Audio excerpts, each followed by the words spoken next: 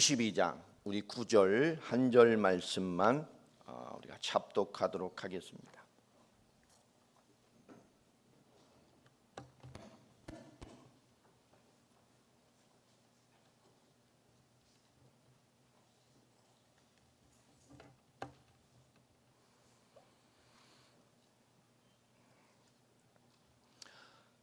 창세기 22장 9절 우리 한 절 말씀입니다. 우리 같이 오늘 말씀을 읽는 가운데 한 절이지만 이 속에서 여러분을 향하신 중요한 응답이 가슴에 담겨지는 그런 말씀 되길 바랍니다. 우리가 합독합니다. 시작. 하나님이 그에게 일러 주신 곳에 이른지라. 이에 아브라함이 그곳에 제단을 쌓고 나무를 벌려놓고 그의 아들 이삭을 결박하여 제단 나무에 놓고. 아멘. 오늘 아브라함의 부르심 같이 우리에게 이런 중요한 하나님의 순종됨과 또 하나님의 역사하심과 하나님의 말씀에 기꺼이 순종할 수밖에 없는 그런 하나님을 발견한 자의 응답들이 주어지기를 바랍니다. 우리 신앙생활이라는 것이 하나님의 은혜가 나에게 확인되지 않으면 잘 회복되지 않습니다. 결국 신앙생활이라는 것은 교회 생활을 하는 것이 아니고 우리가 삶으로 그냥 교회 생활을 하는 그런 수준에 있지 않기 때문입니다. 우리의 참된 신앙생활은 하나님의 역사하심 가운데 항상 있어야 되는 것입니다. 우리가 하나님의 은혜를 받기 위해서 발버둥을 치기도 하고 그 갈급한 심령의 문제를 해결하려고 무던히 많은 것들을 도전해 보기도 합니다. 그러나 신앙생활을 향한 도전들이 좋은 것이지만 결국 세상생활 무언가를 해결하려고 그 벽을 허물고 갈급함과 식어진 마음을 해결하려고 도전하는 많은 것들이 대부분 성공하지 못할 때가 참 많습니다. 왜 그러느냐? 온전히 하나님을 인정하고 하나님 앞에 서는 것에 대한 실패가 와 있기 때문입니다. 우리가 갈급해지는 것은 하나님이 인정되어지지 않기 때문에 갈급한 거예요. 우리가 주어진 문제가 중요한 게 아니고 우리가 무엇이 오든 우리가 하나님의 은혜와 하나님의 바라봄의 힘이 있을 때는 무엇이 와도 하나님을 인정하고 바라보게 됩니다. 근데 희한한 것이요, 우리가 뭔가 똑같은 하나님을 향한 열심과 몸부림과 바라봄과 막 그렇게 하는 것 같은데 잘 안 될 때가 있어요. 우리가 이상해진 것이 아니고 우리가 하나님을 바라보는 무언가를 놓친 것입니다. 하나님의 은혜와 역사를 놓쳐버리고 언젠가부터 우리가 내 힘으로 무언가에 대해 맞서 보려 하거나 다가서려 하거나 부딪혀 보려 하거나 그 무언가의 열심으로 하나님의 역사를 뭔가 일으켜 보길 원하는 나쁜 마음은 아닌데요, 뭔가 하나님의 역사에 대한 무언가가 작아지거나 식어졌을 때가 참 많습니다. 그런 시간들이 길게 되면 우리는 뭔가 하나님이 온전하게 역사하시는 그 신뢰하는 신앙생활이 무뎌지게 되죠. 오늘 이 아브라함의 인생을 통해서 우리가 하나님을 바라보는 삶에 대한 의미들, 믿음으로 살아내는 하나님을 바라보는 그 힘들이 여러분의 삶의 응답으로 주어지게 되길 예수 이름으로 축복합니다. 우리 서로 한번 인사해 볼까요? 그리스도의 은혜로 당신을 축복합니다. 인사합시다. 예. 마음에 안 들어요. 어제 우리 같이 훈련받은 한 20 몇 명의 사람들은 여기 앞에 앉아 있는데 어제 약속한 대로 안 하는 것 같아요. 우리가 너무 해맑은 얼굴로, 해피한 얼굴로, 밝은 에너지를 주면서 이렇게 축복하면서 인사하는 문화를 만들어 가자 그랬습니다. 우리 그런 마음으로 옆 사람 한번 보세요. 사랑스럽게 생겼죠? 아닙니까? 참 사랑스러운 마음으로, 사랑이 안 되면 긍휼의 마음으로 다시 한번 인사합시다.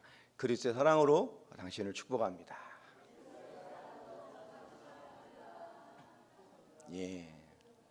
이렇게 축복하고 또 사랑하고 또 사랑하는 교회가 됐으면 좋겠습니다. 여러분, 그리스도를 믿고 구원받고 이 땅의 삶을 신앙생활을 살아가는 우리 성도들이다 할지라도 반드시 우리가 응답받아야 될 하나의 축복의 통로의 문이 있습니다. 구원의 문을 통과하고 나면 그 안에 또 하나의 큰 문이 하나 오게 되는데 이것은 반드시 통과를 해야 돼요. 근데 그 문이 뭐냐? 만들어짐의 필요입니다.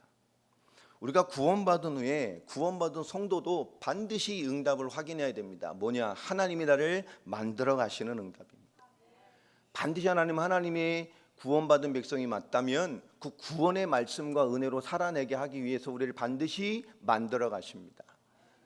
근데 우리 그 하나님이 만들어 가시는 손길을 우리가 잘못 오해하게 되면 무응답으로 생각할 때가 참 많고, 하나님이 도대체 나한테 왜 이러시지? 라고 생각할 때가 참 많게 됩니다. 여러분, 하나님이 나를 만들어가는 이 만들어짐의 필요는 하나님이 우리에게 역사하시는 최고의 방법입니다. 우리가 그리스도의 생명을 얻었어도 하나님, 우리가 이 과정을 반드시 하나님은 겪게 하십니다. 오늘 여기 중에 많은 분들이 지금 이 하나님이 만드시기 원하는 만들어짐의 과정 속에 있는 분들이 대부분일 것입니다. 아마 여러분이 그래서 뭔가 갑갑할 수도 있고, 이게 응답이 맞나, 많은 것에 대한 고민이 있을 수도 있어요. 그러나 여러분, 귀를 열고 마음을 열고 신앙의 의지를 세워서 하나님이 나를 만들고 계신다는 생각을 굳건히 붙들고 하나님이 나를 만드신 이 과정에 순종의 인생으로 나가게 되기를 바랍니다. 그럼 우리가 만들어져요. 언약과 분명한 세계복음화를 향한 이유로 우리를 부르셨기 때문에 그렇게 살아내게 하기 위해서 하나님은 만드십니다. 여러분의 생각을 바꾸게 할 것이고, 여러분의 습관을 바꾸게 할 것이고, 그 복음에 방해되는 성격, 복음에 방해되는 체질, 복음에 방해되는 습관, 복음에 방해되는 인격, 복음에 방해되는 내 삶의 스타일, 복음에 방해되어지는 많은 잡다한 것들을 하나님은 여러분을 만들어 가시는 과정으로 여러분의 삶에 개입하실 것입니다. 지금도 하고 계실 것이고 하고 계시고요. 하나님 우리를 만들어 가시는 것, 이것은 순종과 그것을 인정하게 됨으로 우리에게 응답이 오게 됩니다. 지금 여러분에게 와 있는 많은 불편한 것들과 여러분의 기도 제목, 사실 문제 아닙니다. 하나님이 여러분을 만드심의 과정 속에 있는 거예요. 하나님이 여러분을 바꾸시기 위해서 하나님이 여러분을 두드리시기 시작하신 거예요. 제가 여러분은 큰 사탄의 역사, 큰 사탄의 방해 여러분 별로 없습니다. 그리스도의 완전한 복음을 가지고 있기 때문에 여러분 사단의 역사에 대해 별 고민 안 해도 됩니다. 내가 하나님 앞에 살아있음을 고민하고 살아야 돼요. 내가 은혜의 역사를 누리고 있는지 우린 여기에 집중해야 됩니다. 복음의 선명함이 내 삶을 두드리는지 우린 여기에 모든 관심이 가 있어야 돼요. 한 주간 세상을 열심히 살아가지만 하나님의 부르심과 교회의 시간표와 하나님 나를 사용해 원하시는 그 부르심에 대하여 우리는 화답할 수 있는 수준으로 우리의 삶의 수준을 맞춰놓고 살아가야 된단 말이에요. 그럴 인생 되게 하시려고 하나님은 지금 여러분을 만들어가는 응답 속에 불러내셨습니다. 그게 사실이기도 하고요. 어느 정도냐? 요한복음 1장 12절에 우린 그리스도를 알고 영접하고 믿음으로 말미암아 하나님의 자녀가 되었습니다.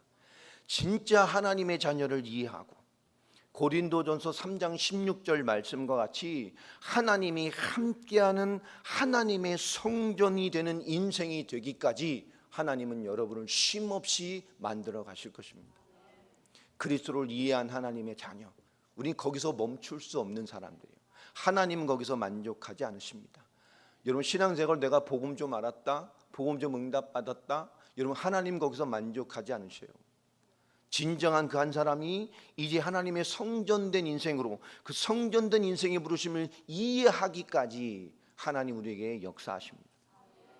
그리고 마태복음 28장 20절 하나님 우리와 함께 하셔서 이 땅끝까지 하나님의 계획을 이뤄가는 그 하나님의 부르심이 이해될 때까지, 언약의 인생의 의미를 이해될 때까지 하나님이 쉼없이 땅끝을 향하여 우리를 몰아가시는 하나님의 거룩한 인도가 이해되어지고 받아지고 순종되어지고 인정되게 할 때까지 하나님 우리에게 끝없이 일하시고 계획하신 일을 이뤄가십니다.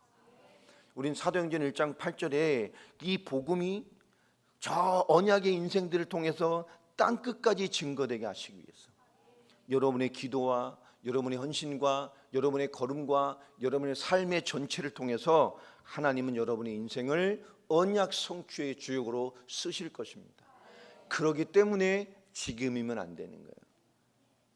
그렇기 때문에 하나님은 여러분에게 지금의 모습을 만족하지 않습니다. 감사하죠?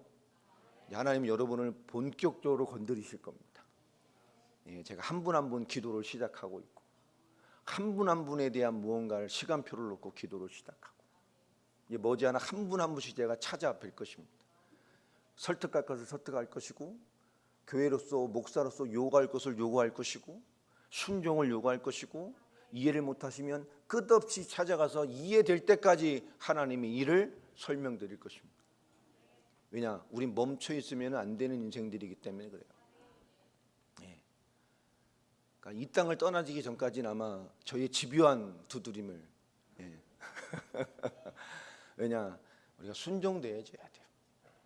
우리 인생이 한 번 하나님이 두드리시고 만들으시는 인생 속에 들어와야 합니다. 우리가 하나님이 나를 부르시고 두드리신 이것을 이해하지 못하고 산다는 것은 너무 안타까운 거예요. 여러분, 우리가 보여지는 신앙생활이나 보여지는 응답보다 하나님께서 나를 만드시는 일을 먼저 이루어 가십니다. 우리가 응답 받기를 원하잖아요. 그럼 먼저 뭘 해야 되겠어요? 응답을 담아낼 수 있는 내가 돼야 돼요. 그래서 하나님은 실수가 없는 하나님이기 때문에 하나님이 계획하신 역사를 우리에게 주시기 위해서 먼저 우리를 만드신단 말이에요. 그 만들어지심의 응답을, 그 만드신 하나님의 거룩한 인도와 그 하나님의 방법을 우리가 이해하고 있다면 지금 와 있는 대부분의 여러분의 기도의 제목들은 없어지게 될 것입니다. 기도 제목도 아니에요. 감사한 것들입니다. 하나님이 나와 자녀와 가정과 나의 남은 삶을 언약됨으로 쓰시기 위해서 나를 만드시는 거예요. 이게 이해되어지면 우리 헛된 고집들, 헛된 인격적인 싸움들, 헛된 신앙생활의 방황들, 헛된 내 자신으로의 싸움들을 우리는 바로 보게 되는 시선이 열리게 됩니다. 하나님 좋으신 분입니다. 우리를 막 억지로 돌리고 이런 분은 아닙니다. 하나님도 시간이 별로 없어요. 우리를 바울처럼, 사도들처럼, 초대교회 제자들처럼 그리스도의 복음을 가지고 현장을 향하여, 인생을 향하여, 저 세상을 향하여 거침없이, 겁없이, 막힘없이 그리스도로 살아내는 인생이 되기를 하나님은 꿈꾸십니다. 우리도 꿈꾸잖아요. 우리 그 인생의 시간표를 단축했으면 좋겠고요. 우리 인생의 고집이나 틀린 것들을 통해서 하나님의 역사의 시간표를 멀리 돌려보내는 그런 실수를 안 했으면 좋겠습니다. 하나님이 왜 나를 먼저 만드시는 일을 먼저 이루어 가시느냐? 그래야 갈라디아서 2장 20절 말씀의 인생이 됩니다. 과거에 그리스도 없는 그 인생을 십자가에 죽이게 하시고, 그리고 이제 그리스도로 사는 인생이 되게 하시려고. 우리가 깨달아야 될 것은 그리스도의 십자가로 나에게 역사하셨구나. 그걸 넘어서서 이제 그리스도와 함께 살아내는 인생이 돼야 됩니다. 내게 주신 믿음으로 살 수 있는 인생이 돼야 되고, 내가 알고 있는 그리스도로 살아낼 수 있는 인생이 돼야 되고, 내게 알게 하신 성경의 지식으로 마땅히 세상을 이길 수 있는 사람이 돼야 된단 말이에요. 하나님 왜 나를 만드시러 가시는 일을 시작하시느냐? 그리스도로 살아내는 인생이 되게 하시려고. 빌립보서 3장 14절에 너무나 귀중한 말씀을 주셨어요. 이게 작년 교회의 방향이었던 것 같아요. 표대를 향하여 그리스도 예수 안에서 하나님이 위에서 부르신 부름의 상을 위하여 달려가노라. 여러분, 우리에게 그 표대가 있어야 돼요. 하나님이 나를 통해서 무엇을 원하시는지, 하나님이 지금을 통해서 무엇을 원하시는 것이 문제 해결 아니고 문제가 아니고 하나님이 나를 만드시는 일을 하고 있는 것입니다. 오늘 아브라함의 인생, 아브라함의 기도의 여정, 그를 부르심의 인생을 전체를 좀 간단하게 뒤돌아보면 많은 것들을 보게 됩니다. 특별히 창세기 11장부터 25장까지가 아브라함의 인생의 기록입니다. 이 기록을 통해서 하나님께서는 아브라함을 부르시고 그 부르신 자에게 주신 믿음의 인생을 통해서 그 부르신 믿음의 대상을 하나님이 어떻게 순종의 여정으로 이끌어 가시는지를 우리에게 보여주고 계십니다. 믿음의 조상 아브라함, 그러나 우리보다 훨씬 부족함이 많고 미숙함이 많았던 아브라함을 하나님은 그 부르심과 믿음 안에서 하나님이 그를 만들어 가셔서, 그리고 그를 순종하게 하셔서 하나님의 역사 앞에 마침내 모든 것을 초월해낸 하나님의 역사 앞에 그 어떤 것도 기준이 되지 않는 완전한 아멘의 인생으로 그를 세워놓으셨습니다. 창세기 3장 같이 너무나 미숙하고 너무나 문제 많고 너무나 재앙 밖에 있을 수밖에 없는 미숙한 아브라함의 인생의 자리를 하나님께서 삶의 현장에서 불러내셔서 부름받아 가는 인생이 어떤 인생의 열매를 냈는지를 우리에게 알게 하셨단 말이에요. 우리도 똑같이 미숙한 게 많습니다. 특별히 말씀을 보시면 아브라함의 부르심을 보면 참 느닷없는 갈대아우로, 지금의 이집트죠. 이라크입니다. 이라크 현장에서 갑자기 그 아버지 데라와 함께 아브라함 부부와 그리고 조카 롯과 함께 출발을 하게 됩니다. 그 출발이 어떻는지, 무엇 때문인지, 어땠는지의 기록은 없습니다. 하나님이 갑자기 일생을 살던 이라크 현장에서 갑자기 가나안을 방향을 향해, 저 북쪽의 터키 방향을 향해 그들은 길을 떠나게 됩니다. 그런데 그 하나님의 부르심의 걸음 가운데 그가 갑자기 터키 남부 시리아를 만나게 되는 국경지대입니다. 지금으로 말하면 하란이라는 곳은. 그곳에 머물게 되고 거기서 거류하게 됩니다. 하나님의 부르심의 출발이 있었는데 중간에 멈춰버리게 되는 거예요. 터키 남부 땅에서. 자, 그 언약의 여정의 걸음을 멈추고 거기서 터를 잡고 살기 시작하자 하나님께서는 창세기 11장 31절로 보면 그 부친인 데라의 생명을 불러가십니다. 데라가 죽게 되고 하란에서 장사를 하고, 그리고 하나님께서 아브라함에게 현현하셔서 아브라함에게 명령하십니다. 그게 아브라함 75세의 기록입니다. 언약으로 부르심을 주시죠. 내가 내게 지시할 땅으로 가라. 너는 열방의 만국의 복이 될 것이다. 네가 복이다 라고 말씀하셨어요. 아멘. 여러분이 복입니다. 여러분 때문에 환경이 복이 아니에요. 여러분이 복이기 때문에 여러분이 들어가 있는 현장은 하나님의 역사가 따라오게 돼 있어요. 아브라함이 이 말을 이해하는데 참 오래 걸렸죠. 내가 내게 지시할 땅으로 가라. 너로 큰 민족을 이루게 할 것이고 내가 내게 복을 주어 내 이름을 창대하게 할 것이다 라는 약속을 붙들고 아브라함이 여호와의 말씀을 따라갔다라고 성경은 정확하게 기록하고 있습니다. 조카 롯의 가정과 함께 가나안을 향해 가게 되고 창세기 12장 5절에 보면 드디어 가나안 땅에 입성하게 되고 가나안의 중심으로 들어가서 마침내 가나안 땅에 들어가게 됩니다. 자, 이때 아브라함의 신앙생활을 우리가 눈여겨보아야 될 것이 있는데요. 아브라함은 도착하자마자 창세기 12장 7절에 보면 가나안에 들어오자마자 세겜 모래 상수리 나무 아래서 여호와께서 아브라함에게 나타나십니다. 그리고 내가 이 땅을 내 자손에게 주리라 하십니다.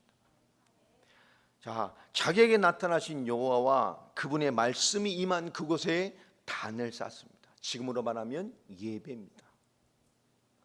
여호와가 나에게 나타나시고 내게 말씀을 주신 그 하나님이 나와 만나 주신 현장마다 아브라함은 단을 쌓았어요.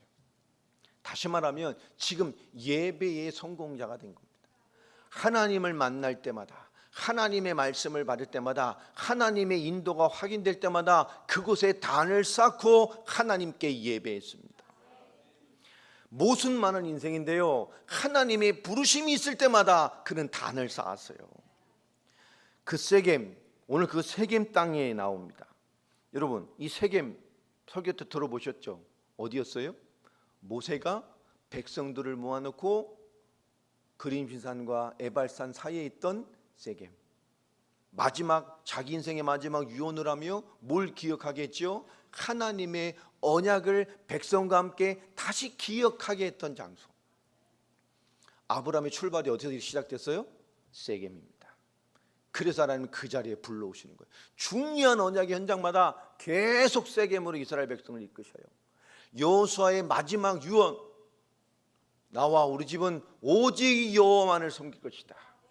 너희를 선택해라 하고 언약의 체결을 했던 그 장소가 어딜까요? 세겜입니다. 이 자리입니다. 아브라함이 말씀을 따라와 하나님을 대면하고 말씀을 받아내고 하나님께 예배했던 출발의 장소.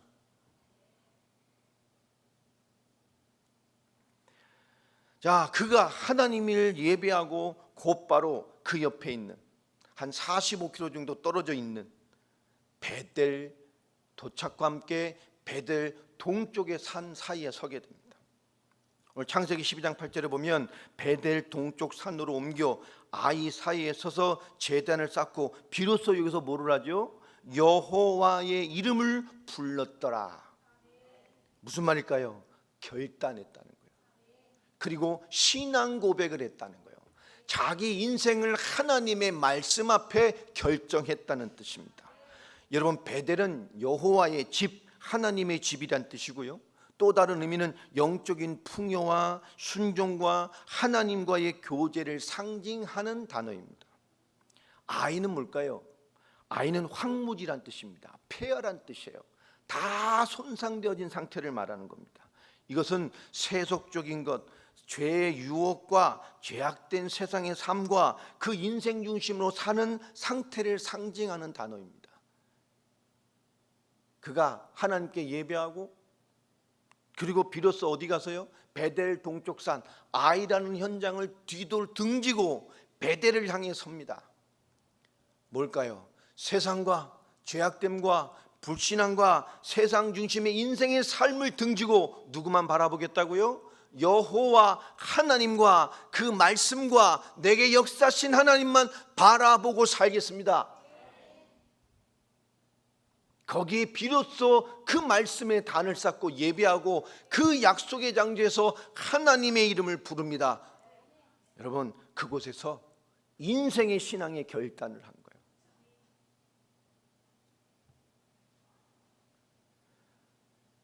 여러분, 위대한 신앙의 결단, 하나님의 영적인 고백, 하나님만을 의지하겠다는, 하나님과 세상의 경계선 사이에 서서 나는 세상을 들지고 오직 하나님의 역사를 향해 존재하는 자로 하나님만 바라보겠습니다 라는 고백의 경계를 지어버린 거예요. 우리에게 반드시 필요합니다. 그리고 창세기 12장 9절에 보면 그는 지경을 넓혀가죠. 점점점 남쪽으로 지경을 넓혀갑니다. 가나안 북부에서 중부로 남부로 내려오는 중에 오다 보니 무엇을 보게 돼요? 기근을 보게 돼요. 삶의 위기를 느낍니다.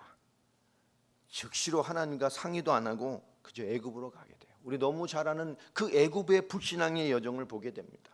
너무나 미숙한 믿음을 가지고 있어요. 하나님의 말씀으로 말씀을 받을 때마다 인생으로 붙들고 예배하고 말씀을 기억하고 나에게 오신 하나님이 기억하겠다고 고백하고 예배하고 기도하고 예배하고 기도하는 아브라함이 그런 신앙의 결단을 했음에도 불구하고 우린 여전히 아브라함같이 문제가 오면 하나님의 일하심을 보지 못하게 됩니다. 그는 아브라함에 가서 바로왕 앞에 부인을 잃을 뻔한 수치를 당하게 되고 그런 실수와 죄와 연약함과 부족함조차도 하나님은 축복으로 바꿔주셔서 아브라함을 큰 거부를 만들고 그 사건을 통해서 다시 하나님 앞에 돌아오게 하신 은혜를 베푸십니다. 창세기 13장 3절로 4절에 보면 애굽에서 아브라함이 돌아와 어디로 돌아오느냐, 오늘 창세기 13장 3절 4절에 보면 애굽에서 돌아와 어디로 갔어요? 단을 쌓고 처음으로 여호와 이름을 불렀던 그곳으로 돌아옵니다. 하나님, 내가 세상을 등지고 하나님만 바라보겠다고 그렇게 신앙 고백을 결단했는데 하나님, 제가 또 실수했습니다. 하나님, 내 실수조차도 축복으로 바꾸신 하나님을 발견했어요. 그러니 너무나 부끄러운 마음으로 다시 언약의 현장에 서서 예배의 현장에 서서 내가 세상을 등지고 오직 하나님만 바라보겠다는 그 말씀을 신뢰한다는 신앙의 고백의 장소로 하나님의 이름을 선포했던 그 이름으로 약속했던 장소에 다시 돌아왔어요. 여러분, 지난주 말씀하고도 비슷하죠. 그는 하나님의 언약의 성취란 그 임했던 나의 인생의 현장을 놓치지 않았어요. 그 자리에 다시 돌아왔어요. 이 미숙한 나 하나님의 말씀 앞에 다시 섭니다. 이 부족한 나 하나님의 말씀 앞에 다시 섭니다. 세상 보고 또 놀랬던 나 다시 세상을 등지고 그리스도 예수 앞에, 하나님의 무한한 역사 앞에, 다시 역사할 수 있는 하나님 앞에, 내게 모든 것으로 역사할 수 있는 하나님 앞에 다시 섭니다. 아멘. 우리 예배자로 돌아가십시다. 교회 예배를 넘어서 삶의 예배자로, 삶의 예배를 넘어서 사건 순간순간의 예배자로. 어제 하룻밤 모임을 하면서 이런 얘기를 했어요. 우리가 하루에 몇 번 기도하자 그랬죠? 1500번 기도하자. 1500번. 이 말을 하니까 오늘 어제 그 자리에 함께 못했던 분이 입이 이만큼 나오더라고. 우와, 1500번. 우와. 기도만 하고 살아야 되잖아요. 1500번 하려면 1초씩 한 1500번 하면 돼요. 얼마 안 돼요. 그럼 몇 분 안 돼요. 여러분, 이게 뭘까요? 삶이 멈추는 순간마다 하나님께 기도하자. 하나님 우리에게 응답하실 것이고 새로운 문을 열 것이다. 지금 교회를 지키기 위한 교회를 만들었다면 이제 응답받는 교회로 열어버려야 된다. 모든 틀을 깨고 열어버려야 된다. 영혼을 살릴 교회로, 살려낼 교회로, 응답을 담을 교회로 다 열어야 된다. 그 여러분 기도해라. 갈등 올 거다. 사단이 역사할 거다. 방해 올 거다. 인간의 소리 들릴 거다. 그러니 귀 딱 닫고 지금부터 뭐하냐? 전부 생각을 바꾸고 기도로 들어가는 거예요. 어제 말씀이었어요. 하나님 역사하신다. 영적으로 승리하자. 우리 모든 거 기도로 붙들고 모든 하나님 역사를 생각하고 역사의 자리에 서 있는 것이다. 여러분, 아브라함이 이런 도전을 계속했단 말이에요. 이 예배자의 기도, 여러분 정말 삶의 예배자가 되기고 삶의 기도자가 되기를 축복합니다. 여러분의 있는 자리에서, 부르심의 자리에서 여러분 개인이, 여러분 가정이, 여러분 자녀가 문제 아닙니다. 하나님이 나를 만드시는 역사를 시작하시는 거예요. 이제 버티는 신앙하면 안 되잖아요. 나를 관리하는 신앙생활하면 안 됩니다. 우리는 응답의 신앙생활을 해야 돼요. 역사의 신앙생활을 해야 돼요. 그리스도는 살아계시고 역사하십니다. 그리스도의 십자가와 부활은 죽은 역사가 아니에요. 지금도 나에게 역사하는 거예요. 지금도 효력 있게 하나님은 나에게 알리고 계십니다. 우리는 아이를 등지고 베델을 향하여 서서 쉼없는 살아계신 하나님을 만나야 된단 말이에요. 내 상태가 중요하지 않아요. 내 단점이 중요하지 않아요. 그 등져버리고 서세요. 역사하실 하나님, 그 말씀과 예배로 끝없이 삶의 현장 가운데서, 자, 그는 그 언약의 말씀을 붙들고 하나님이 그 시는 가운데에 또 하나의 시험이 와요. 하나님의 축복을 받고 나니까 땅이 부족해. 아브라함의 가문과 롯의 가문에 너무나 번성하다 보니까 자기가 축복을 포기하고 좋은 곳으로 롯을 보내고, 그는 또 허탈한 실망감에 혈육을 놓치고 많은 현실에 분리됨을 부는 막막함으로 홀로 남아 광야에 서 있게 됩니다. 하나님이 찾아오셨어요. 하나님이 그에게 명령하십니다. 언약을 또 주시잖아요. 그걸 확인시키셔요. 내가 너에게 뭐라 그랬니? 내가 너에게 결론을 뭐라고 말했니? 내가 너에게 어떤 축복을 주고 너를 어떻게 사용하고 너에게 어떻게 역사하겠다고 말했는지를 하나님이 기억하게 하십니다. 여러분, 언약을 붙잡으시기 바랍니다. 말씀 있는 예배자의 인생. 그는 그 말씀을 붙들고 저 예루살렘에서 저 남쪽 끝입니다. 헤브론으로 내려갑니다. 그 헤브론 마므레 상수리 숲에서 이에 아브라함이 장막을 옮겨 헤브론에 있는 마므레 상수리 숲에 이르며 거주하여 거기서 여호와를 위하여 단을 쌓았더라. 아멘. 여러분, 우린 교회 예배를 넘어 진정한 삶의 예배자의 응답을 받아야 합니다.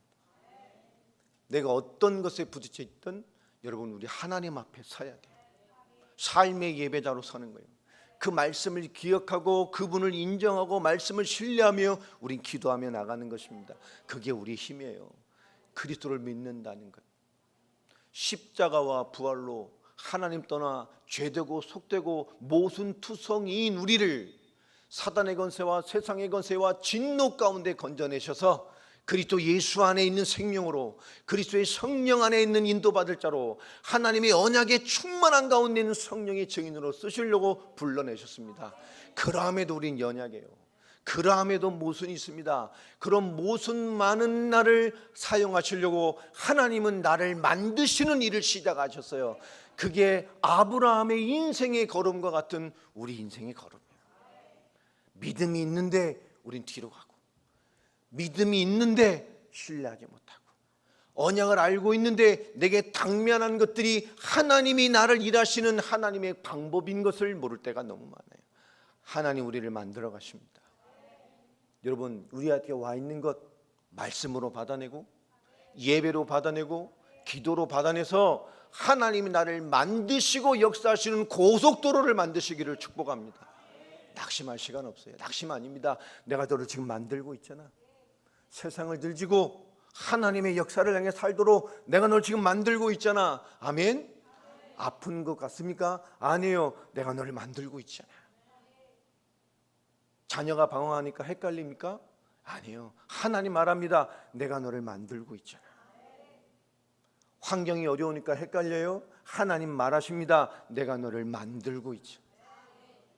하나님의 자녀가 이해되어지고 이 땅에 하나님의 교회되고 성전된 자의 삶을 위해서 하나님의 복음으로 살아낼 수 있는 언약의 백성의 인생을 만들어내시기 위해서 사도행전 1장 8절의 언약의 인생으로 나의 삶과 내 가정의 삶과 내 세상의 삶과 나의 사명의 삶을 이루어낼 수 있는 믿음의 거목이 되게 하시려고, 이것이 우리 부르심입니다. 이 아브라함의 인생이 어떻게 변화되었냐? 요한복음 1장 12절의 말씀에 보면 우리는 하나님과의 만남을 가진 완전한 임마누엘의 축복을 받은 사람입니다. 이 부족한 아브라함이 어느 날 인생이 너무나 큰 그릇도로 성장돼 있었어요. 그에게 나타나신 하나님, 그에게 베푸신 하나님의 말씀과 은혜를 끝없는 말씀을 기억하는 예배와 기도로 머무는 곳에 하나님의 역사가 계시게 하는 그 예배자의 기도로 살았던 아브라함이, 그러면서 끊임없는 모순을 가지고 있던 아브라함이, 그 실패를 볼 때마다 실패를 등지고 하나님을 바라봤던 아브라함이 어느 날 인생을 보니까요, 하나님의 인생들을 회복시키는 사람이 되어 있는 거예요. 하나님의 말씀을 기억하고 중보하고 죽어가는 영혼을 위해 자기의 실수로 피해를 당하는 현장을 바라보며 하나님의 긍휼과 은혜를 바라보고 하나님의 역사를 구하는 큰 인물이 되어 있었어요. 특별히 창세기 18장 보면 그 하나님의 진노가 임해 있는 소돔과 고모라의 현장을 바라보며 내가 저기를 진노 가운데 심판할 것이다. 예전에 아브라함이라면 자기 신앙 지키기도 힘들었어요. 나 응답받기도 바빴어요. 그러나 이때 아브라함은 뭐죠? 거기에 영혼의 구원을 향한 진정한 중보자의 기도를 시작합니다. 그 영혼의 불쌍함을 바라보며 하나님께 은혜를 구하고 하나님의 역사를 구하고 하나님의 돌이키심을 구하고 하나님의 멈추심을 요구하고, 여러분, 어느덧 그는 영혼과 시대와 현장을 바라보는 사람이 되어 있었어요. 하나님의 언약과 이삭에 대한 말씀을 받았음에도 불구하고 그는 이삭이 태어나기 1년 전까지도 불신앙을 했어요. 참 아이러니하죠. 그 하나님을 그렇게 바라보면서도 그 연약함으로 실패할 때마다 그는 또 뻔뻔스럽게도 세상을 등지고 어디를 바라봐요? 하나님을 바라봐요. 그리고 그 말씀을 기억합니다. 나를 두드렸던, 나에게 나타나셨던 하나님을 기억합니다. 그리고 그 말씀을 기억하고 기도합니다. 여러분, 우리도 왜 못하겠어요? 여러분이 끝없이 예배하고 기도하는 거예요. 아브라함이 하나님이 직접 장막까지 찾아오셔서 내년 이맘때에 너희가 이삭이라는 아이를 얻을 것이다 라는 말씀까지도 받아놓고도 그가 그랄 땅에 가서 또 자기 얼마 안 남은 소중한 언약의 부인이며 언약을 이을 자녀를 낳을 그 부인을 또 두 번째 팔아먹잖아요. 그러면 하나님은 그를 돌이켜서 축복이 되게 하십니다. 그리고 그 그랄 왕은 속은 것뿐이 없어요. 그리고 뭐 성경이 있다니까 그 할머니가 얼마나 아름다운지 모르겠지만 아름답다 그러니까요. 그때는 무슨 그죠, 무슨 미백 화장품이 좋은 화장품이 있었나 봐요. 그죠? 성경에 기록해 놓으셨으면 아마 노벨상을 탔을 텐데 그 할머니, 그 나이 많은 아브라함의 거짓말이었잖아요. 아브라함의 실수였잖아요. 아브라함의 언약을 믿지 않고 파기한 죄로 말미암아 생긴 사건이었단 말이에요. 그럼에도 하나님은 언약의 순수성을 지켜내고 하나님의 말씀의 순수성을, 언약의 계보를 이 땅에 있기 위해서 단호하게 아브라함의 편에 서서 그들에게 징계하셨습니다. 창세기 20장 17절부터 보면 하나님 어떻게 하셨죠? 그 아비멜렉 가문의 태를 다 닫으셨어요. 아브라함과 관련된 모든 자들에게 다 불임을 만들어 버리셨어요. 씨를 얻지 못하도록. 이때는 족장 시대입니다. 자녀가 부와 능력과 권세와 영광의 상징이에요. 자손을 얻을 수 없게 만들어 버렸어요. 그 씨의 언약의 도전으로, 말씀 성취의 도전으로 간구하셨어요. 근데 아브라함이 첫 번째 애굽에서 실수했던 그때 아브라함이었던 뭐라 하겠어요? 아싸, 실수했는데 돈 벌었다 이랬을 거예요. 와, 실수했는데 축복하시네 이랬을 거예요. 그 뒤에도 별반 달라지지 않았잖아요. 근데 이때 아브라함은 뭐 하죠? 자기의 실수로 말미암아 임해 있는 그들을 위해, 그들의 재앙을 위해, 하나님의 진노를 위해, 그 민족과 그 가문과 그 가정과 그 당사자들을 위해 하나님의 긍휼을 구하는 중보의 기도의 사람이 돼 있어요. 변했습니다. 하나님이 원하시는 마침내 이삭을 얻어내고 마침내 이삭을 요구하시는 하나님의 부르심에도 아멘할 수 있는 그릇으로 오늘 뒤돌아보니 아브라함이 되어 있는 거예요. 하나님은 쉼없이 우리를 만드시는 역사를 요구하십니다. 여러분에 와 있는 모든 인생의 시간표 문제 아닙니다. 사탄의 역사도 아닙니다. 아브라함의 부르심 같이 우리를 만드시는 하나님의 일하심입니다. 무엇을 찾아야 될까요? 나를 찾아야 돼요. 나의 신앙생활을 찾아야 돼요. 내게 역사하신 하나님을 찾아야 돼요. 나를 만나신 하나님, 나를 구원하신 하나님, 지금도 역사하신 하나님. 여러분, 그 은혜가 여러분의 찾아지는 절대적인 응답이 있게 되길 주의 이름으로 축복합니다. 여러분, 이게 우리의 응답이에요. 그리스도를 인정하는 삶. 아니, 좀 믿자 이걸 넘어서서 우리 정말 그리스도를 인정하고 하나님의 역사를 인정하고 끝없는 하나님이 나를 축복하시기 위해서 만드시는 역사 가운데 우린 순종의 인도로 나아가는 한 사람 한 사람이 되어야 되기를 또 축복합니다. 그리스도는 지금도 동일하게 역사하십니다. 그 아브라함의 믿음의 법칙이 하셨던 것처럼 우리도 동일하게 역사하셔요. 여러분의 주변에 와 있는 것 고민하지 마십시오. 하나님이 나를 만드시는 거예요. 하나님 앞에 서시기 바랍니다. 내가 살아있으면, 내가 살아나면 그 하나님의 역사로 바꿔내요. 그리스도로 그렇게 약하신 분이 아닙니다. 우리에게 주신 믿음이 그렇게 약한 게 아니에요. 내가 약하지만 내게 주신 기도라는 비밀이 약하지 않습니다.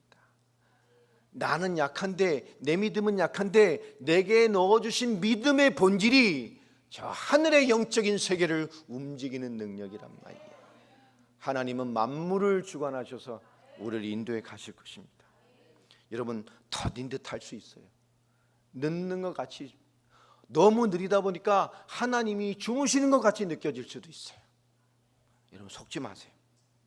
하나님 우리를 그 믿음의 자리로, 방황할 때 그 베델의 자리로, 하나님을 불렀던 자리로 왔던 것처럼 우리를 그 역사의 시작으로 우리를 돌아오게 하실 것입니다. 우리 자신이 그렇잖아요. 하나님 떠나서 불신앙과 그 연약함에 똘똘똘 뭉쳐있던 불신자였던 우리들을 하나님 육신밖에 모르고 세상 것밖에 모르고 무엇이 죄인지도 모르고 무엇인지 실수인지도 모르고 그냥 내 자신으로 살았던 우리들을 하나님이 세상에서 건져내시고 사망에서 건져내시고 사단의 권세에서 건져내시고 영원한 진노에서 건져내셔서 우리를 하나님의 나라로 옮겨주셨어요. 십자가와 부활로 요한복음 19장 30절 내가 다 이루었다. 완전하신 은혜로 우리를 불러내셨습니다. 창세기 3장 15절에 흑암의 권세의 머리를 박살내시고, 이사야서 53장 5절로 6절에 그 모습만은 우리의 모든 죄와 연약을 감당해 주시고, 끝없이 무너지고 불신앙하고 방황한 우리를 이사야서 7장 14절 임마누엘로 찾아오셔서 영원히 우리와 함께 하실 하나님, 그것을 그리스도 안에 우리 성취해 주셨어요. 여러분, 항상 믿음의 자리로, 아브라함의 부름의 자리로, 예배와 기도의 자리로, 하나님을 만나는 자리로, 하나님의 역사하시는 자리로 여러분을 세워가시기를 주 예수 그리스도 이름으로 축복합니다. 네, 기도하겠습니다. 하나님 감사합니다. 오늘 우리에게 말씀을 주셨습니다. 그리스도 예수 안에서 언약의 여정으로, 믿음의 여정으로, 하나님의 역사의 현장으로 우리를 만들어 가시는 거룩한 역사로 우리를 축복하시는 주님을 찬양합니다. 문제로 봤던 것들이 이제 문제가 아니요, 나를 향하신 하나님의 위대한 일하심이고 하나님의 위대한 역사이며 그리스도의 완전한 인도를 베푸시는 하나님의 축복임을 고백합니다. 주여, 나에게 더 역사하셔서 나를 어루만져 주셔서 나를 주의 뜻으로 빚어주시고 하나님이 원하는 인생의 길로 나를 속히 인도하여 주옵소서. 주 예수 그리스도의 이름으로 기도합니다. 아멘. 우리 다시 한번 찬양하십시다.